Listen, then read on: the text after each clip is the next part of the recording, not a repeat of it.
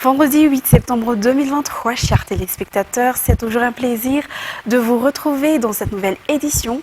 Bonsoir à tous. Tout de suite, à la une de l'actualité de ce jour, le président de la République de Madagascar et son épouse ont présenté aujourd'hui au Palais d'État Diavelou leurs condoléances aux familles des victimes de la bousculade durant l'ouverture officielle des Jeux des îles de l'océan Indien. Le chef de l'État et son épouse ont réconforté les 12 familles dont des enfants, des frères et sœurs, des parents ou des proches ont perdu la vie durant cette journée. Le président Andry Rajoelina a également réitéré que la prise en charge des blessés et ceux qui suivent encore des traitements se poursuit, et cela gratuitement. Les détails avec Natera Koutmaov sur les images de Yves Chanel. La tristesse est encore visible sur le visage de ces familles. Ce sont des parents, des frères et sœurs, des proches des victimes de la bousculade qui s'est produite à l'une des entrées du stade Bariam à Massen durant la cérémonie d'ouverture officielle des Jeux des îles le 25 août dernier. Un représentant de ces familles a rappelé ce qu'ils ont vécu durant cette journée. Selon cette mère de famille, mère d'une des victimes, la bousculade a eu lieu quand quelqu'un avait ouvert en grand le portail. Ils avaient également choisi de changer de place ce jour-là car ils avaient jugé que ce côté du stade connaissait moins d'affluence, ce qui n'a pas été le cas, affirme-t-elle. Aujourd'hui, dans l'après-midi, le président de la République et son épouse ont présenté leurs condoléances à la famille des victimes.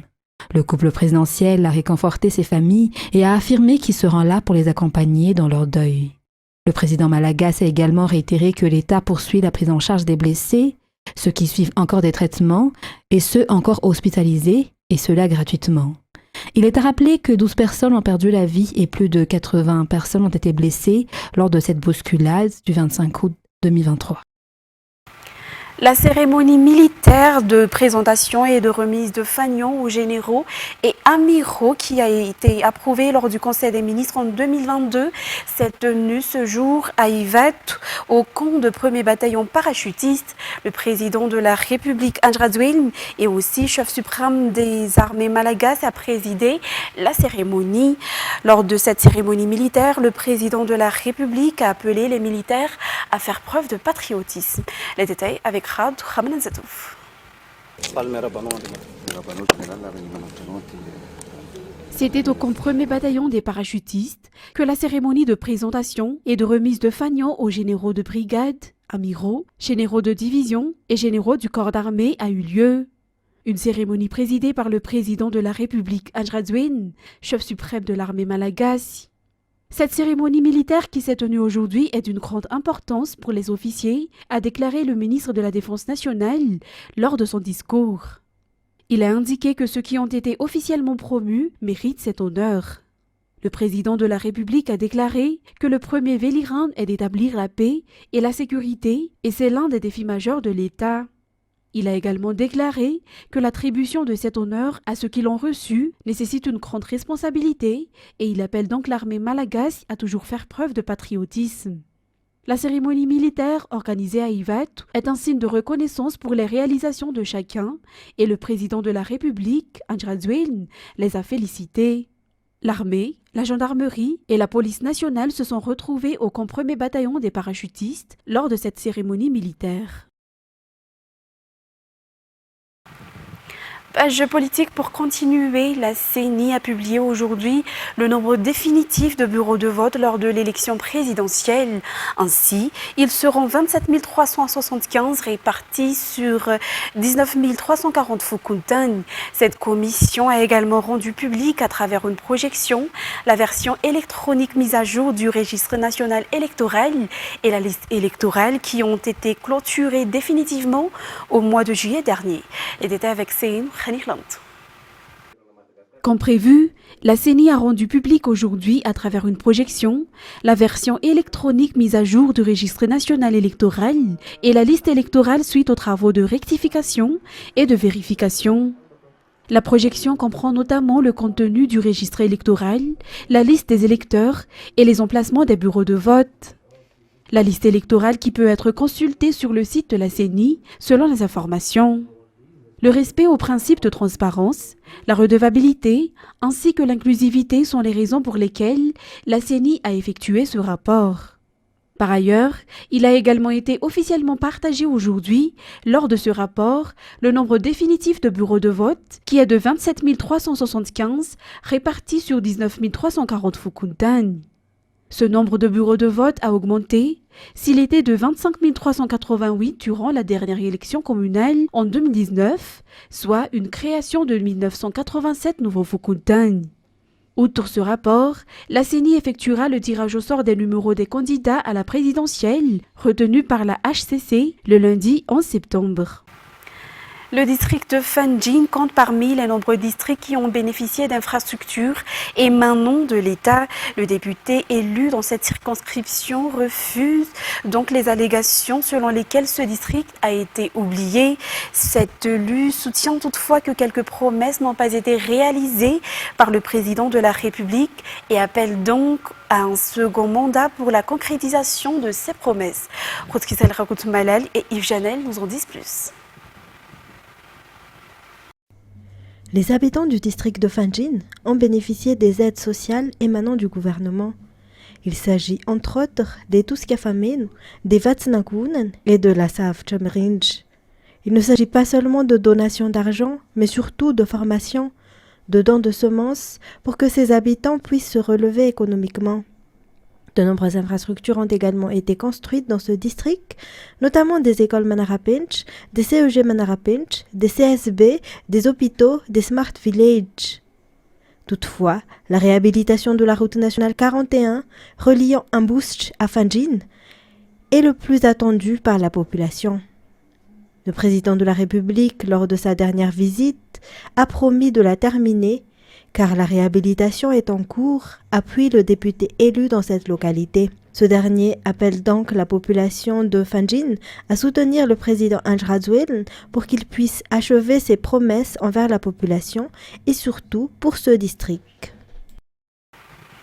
Dans un tout autre sujet, les responsables au sein d'une société CIS à Madingue et qui importe d'huile brute se disent victimes de traitements injustes. Ils lancent donc un appel aux autorités afin que cela cesse. Les détails avec Fanjisen et Mireille sur les images de Yves Chanel. Plus de 3000 tonnes d'huile non raffinée en provenance de Malaisie ont été saisies à Madingue depuis 2022. Ces huiles importées disposent pourtant de documents clairs et ont fait l'objet d'une enquête prouvant qu'il s'agit d'huiles non raffinées, selon les explications de ces importateurs. Cependant, avant que ces huiles n'arrivent à la douane, une analyse des composants a été effectuée et les résultats ont prétendu qu'il s'agissait d'huiles déjà transformées et qu'elles devaient donc être saisies. DMC, quand elle a obtenu son autorisation d'opération auprès du ministère d'Industrie, elle a fait un engagement de maintenir les prix d'huile dans les 120 000 arrières maximum, le jerrycan, c'est-à-dire à peu près dans les 6 000 à 7 000 arrières, le litre des huiles garanties par Bitco. Si actuellement, nous, on sait tous que le prix minimum de 1 litre d'huile, c'est 10 000 arrières.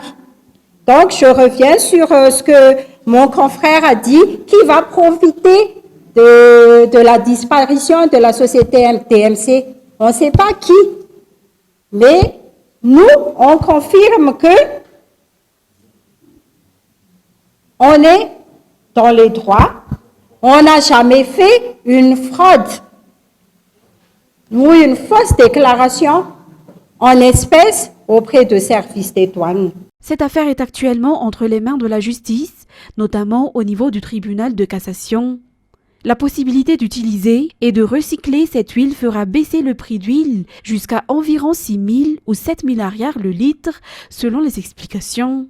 Une fois cette huile traitée également, elle ne risque pas d'être périmée, mais si elle reste en cet état pendant près d'1 an, elle peut devenir nocive et inconsommable. Monsieur Bhaskar et sa femme ont été condamnés à 1 an de prison ferme et à payer solidairement avec les autres personnes qui ont été condamnées au paiement de la somme de 90 milliards d'aliards. Donc là,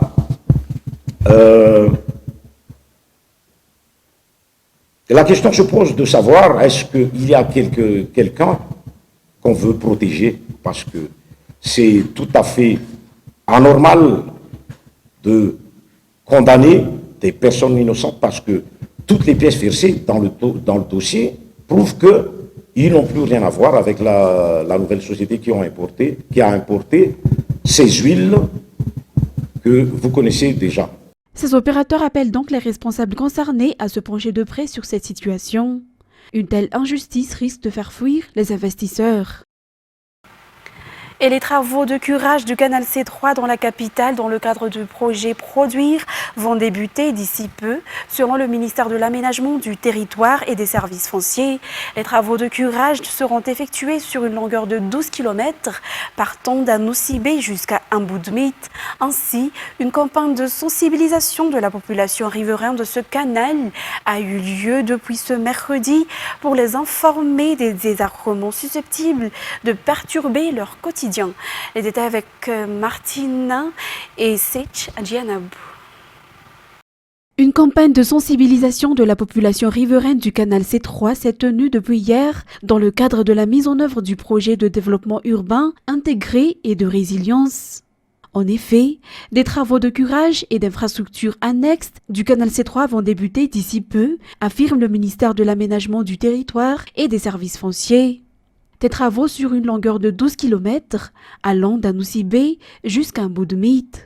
D'après les estimations, 115 000 mètres cubes de boue seront enlevés, ce qui permettra à l'eau pluviale de s'écouler plus facilement, ainsi que de réduire sensiblement les inondations. Cette sensibilisation a pour but d'informer la population sur la nécessité de libérer et de sécuriser les zones d'emprise du projet qui ont été préalablement délimitées. En plus du curage, le projet prévoit également des aménagements divers afin d'améliorer la qualité de l'habitat en général, tels que la création de voiries, de pistes et de cheminements piétons en berge. Divers aménagements publics sont également prévus, à savoir des toilettes, des douches, des lavoirs et des bornes fontaines, ainsi que des bacs de collecte des ordures ménagères. La réalisation de ces travaux au niveau du canal C3 est d'intérêt général majeur, affirme le ministre de tutelle. Elle réduira les inondations s'aggravant tous les ans dans les bas quartiers. En plus des animations communautaires, toutes les parties prenantes font également signer une charte d'engagement comme garante de leur contribution à la réalisation des travaux qui seront lancés, mais également afin de pérenniser les infrastructures qui seront construites au plus tard en février 2024. Concernant maintenant les actualités sportives, l'équipe nationale d'Angola et les Barrières de Madagascar ont fait match nul hier soir au stade de Lubango lors de la 6e et dernière journée des qualifications pour la CAN 2023. La performance de l'équipe malagasy en général a été remarquable. Il y avait de nombreuses opportunités pour les deux équipes, mais aucune n'a réussi à concrétiser. Les Palancas Negras qui comptent 8 points accéderont à la phase finale de la CAN qui se déroulera en Côte d'Ivoire. Ils ont battu la République centrafricaine et comptent 12 points. Le parcours des Barrés s'achève à la 4e et dernière place du groupe avec 3 points. Ils ont perdu 3 fois et ont fait match nul. Et ont fait 3 matchs nuls. Les Barrés se préparent désormais pour les matchs de qualification pour la Coupe du Monde qui débuteront en novembre. Et pour ceux qui n'ont pas pu partir en vacances, voici les bons plans de sortie de cette fin de semaine. Les talentueux artistes, Lali, Rizaramanatouane et Ikanto se produiront sur la scène de PK0 Soaran ce soir à partir de 21h. Le Pigment Café Béoujich qui ne seront pas en reste avec le groupe Kik qui retrouvera ses fans et pour faire vibrer le cœur des amateurs de rock, Kik vous donne rendez-vous ce soir à 20h30. Au cœur de la ville, le djembé Antan-Narin va accueillir ce soir sur scène M. Saïd, suivi d'une ambiance discothèque. De passage à Madagascar, Nuraza sera sur la scène du CCSK Antan-Main ce samedi 9 septembre à partir de 15h. Une occasion pour ses fans d'écouter sa musique authentique et de vibrer au rythme de ses chansons en live.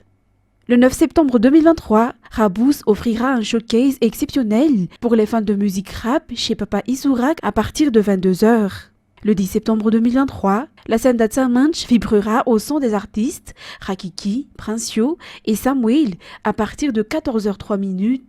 Les passionnés de Vazumteigne auront droit à un après-midi mémorable avec ses grosses pointures, des chansons à texte.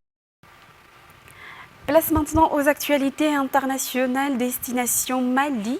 Un camp de l'armée malienne a été visé par une attaque suicide à Gao vendredi, au lendemain d'une double attaque imputée aux djihadistes qui a tué au moins 64 civils et soldats dans le nord, où la tension monte de jour en jour. France 24.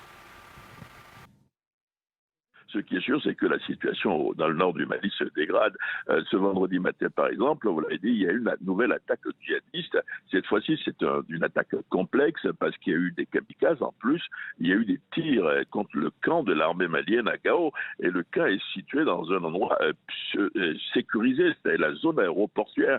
Les djihadistes ont pu pénétrer ce camp. Il y a eu de nombreux dégâts. On n'a pas encore tous les détails. Mais une partie du camp a été d'ailleurs dévastée d'après les images que nous avons reçues. Des vols sont suspendus. Donc, et au même moment, il faut savoir que l'ex-rébellion, c'est-à-dire les ex-combattants qui sont dans un processus de paix qui devient de plus en plus caduque, sont désormais sur le pied de guerre. Ali Abbas Aguintala, c'est leur chef, a lancé aujourd'hui un chef à la jeunesse du Nord, en disant à cette jeunesse de se tenir prêt parce que l'heure est décisive. Tout cela intervient dans un contexte particulier, 24 heures après. 2 attaques dans le nord toujours du Mali. Le bilan officiel fait état de 64 civils et militaires tués lors de ces 2 attaques. Mais aujourd'hui, on peut le dire, le bilan est beaucoup plus lourd. De nombreux blessés sont arrivés à Gao, principale ville du nord du Mali. Des appels de dons de sang ont été lancés, alors que, par exemple, des personnes qui étaient dans le bateau sont toujours introuvables. Par exemple, à Tombouctou, un enseignant nous dit ceci: nous n'avons pas des nouvelles de nos 6 fillettes de notre famille qui étaient à bord du bateau. Nous n'avons toujours pas de leurs nouvelles. Ensuite, Joe Biden et les autres dirigeants du G20 sont attendus à New Delhi ce vendredi. Leur hôte, le Premier ministre Narendra Modi, espère faire valoir l'influence diplomatique croissante de l'Inde et faciliter le dialogue sur l'Ukraine ou le réchauffement climatique en l'absence de Xi Jinping et Vladimir Poutine. France 24. Biden qui devrait occuper le devant de la scène au sommet du G20 en l'absence de ses homologues chinois et russes. Ni Xi Jinping ni Vladimir Poutine ne seront présents à New Delhi, remplacés par Sergueï Lavrov pour la délégation russe et le Premier ministre Li Qiang pour la chinoise. De son côté, le Premier ministre Narendra Modi, hôte du sommet, entend faire valoir l'influence diplomatique et économique croissante de son pays. À l'agenda du sommet, la guerre en Ukraine, le réchauffement climatique, la sécurité alimentaire, les défis démographiques ou encore la dette mondiale. Et malgré de profonds désaccords parmi les 20 pays sur ces dossiers, Washington reste optimiste et entend démontrer que le G20 reste la principale enceinte de coopération mondiale pour tous ces défis. Malgré les problèmes évidents dus à la guerre menée par la Russie contre l'Ukraine et à l'absence plus générale de Moscou de l'ensemble des initiatives prises par le G20 reste une organisation extrêmement efficace. Mais les divisions se creusent au sein des 20 principales économies mondiales, alimentées par le renforcement parallèle de pôles d'influence alternatifs au G20, comme par exemple l'enceinte des BRICS qui s'élargit ou la montée en puissance de certains pays émergents. Raison de plus pour Washington pour tenter de resserrer ses liens avec l'Inde afin de tenir tête à la Chine, et ce malgré leurs différences sur la question des droits humains et plus récemment sur la Russie. L'Inde n'a pas adhéré aux sanctions contre Moscou après l'invasion de l'Ukraine. Et pour terminer cette édition au Japon, nouveau rebondissement dans le scandale de pédophilie qui touche une agence de boys band. Le nouveau patron de l'agence, tout justement nommé, est lui aussi visé par des accusations. France 24. Oui, c'est un peu le comble du scandale ici, ce nouveau directeur de Johnny & Associates qui est lui-même visé par des soupçons d'agression sexuelle face aux journalistes. Il a déclaré qu'il ne se souvenait pas de tels agissements sans pour autant les nier complètement. Aujourd'hui, Kawan Okamoto, une victime à l'origine des révélations, en avril dernier, s'est exprimé. Il s'est indigné que Johnny & Associates continue d'arborer le nom de son fondateur dans son titre. Décédé en 2019, c'est lui, Johnny Kitagawa, qui serait à l'origine du viol de Kawan Okamoto, la victime dont je vous parlais, et de l'agression sexuelle de centaines d'autres enfants qui seraient passés par sa société. Donc Johnny & Associates, forme et accompagne de très jeunes enfants depuis 60 ans pour en faire des pop stars ici au Japon. Une entreprise qui est un véritable mastodonte, un empire dans l'univers du divertissement japonais. Il y a quelques heures, l'un des plus gros groupes publicitaires du Japon a décidé de mettre fin à sa collaboration avec Johnny & Associates. C'est donc une entreprise qui reste dans la tourmente aujourd'hui. Reste à savoir si la justice japonaise va s'emparer de l'affaire. Chers téléspectateurs, c'est ainsi que prend fin cette édition. Nous vous remercions de l'avoir suivi jusqu'à son terme et tout de suite après, vous allez suivre l'émission Data avec Jean-Claude Algiamalal. Déjà, bon week-end à tous. Au revoir.